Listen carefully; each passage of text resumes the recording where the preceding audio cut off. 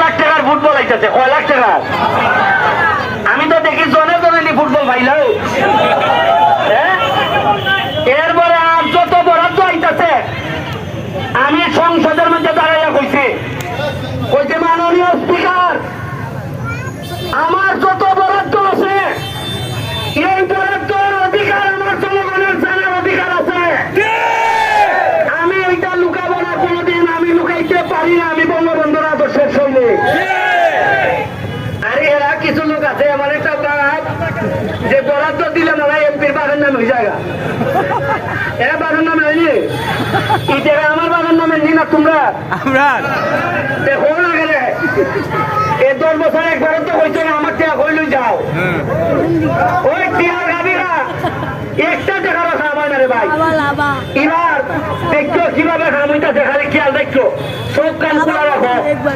তোমার ভাগ্য অন্য কেউ বদলাই দিত না, প্রত্যেক দিন নিয়ে যে আমার মাইরে নিব মাইরা যদি লাশ যে সুনাগার বাজক করে আমার বলে চলতো কেমনে? নেতা রেডি হইতেছে, নেতা রেডি, আমি কইয়া দিতেছি জায়গায় জায়গায় ভালো মানুষ আনতেছি। এবার যে আপনারা উপজেলা চেয়ারম্যান বানাইছেন, আমি অত্যন্ত খুশি। হয়তো আমার দলের নাও নেই, তারপরে আপনারা কথা রাখছেন, বলছেন যে যারা ভালো মনে হয় ভালো মানুষ তারা আমরা বানাইব। আপনারা ভাইস চেয়ারম্যান বানাইছেন, এই প্রথম চা বাগানের একটা মেয়ের আপনারা ভাইস চেয়ারম্যান বানাইছেন প্রায় ৭৬,০০০ ফুট বেশি দিয়া।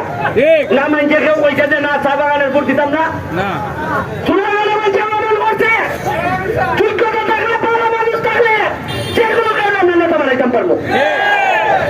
আগে বাপ পিতা আছিল, সব চালানে তো যেত না, সবজি চালানে তো যেত না, এটা না উনকা যে সামনে আর কি বাইলে নিয়ে যেতে হইবা। যদিও ৩০০ জুনে দাবা নাই দিছ তোমরা, আমি কথা বাড়াইতাম না। এখানে আমার চাকির ভাই মালিক ভাই যে ১০,০০০ দিলে আমার টাকা দিয়ে দিল না।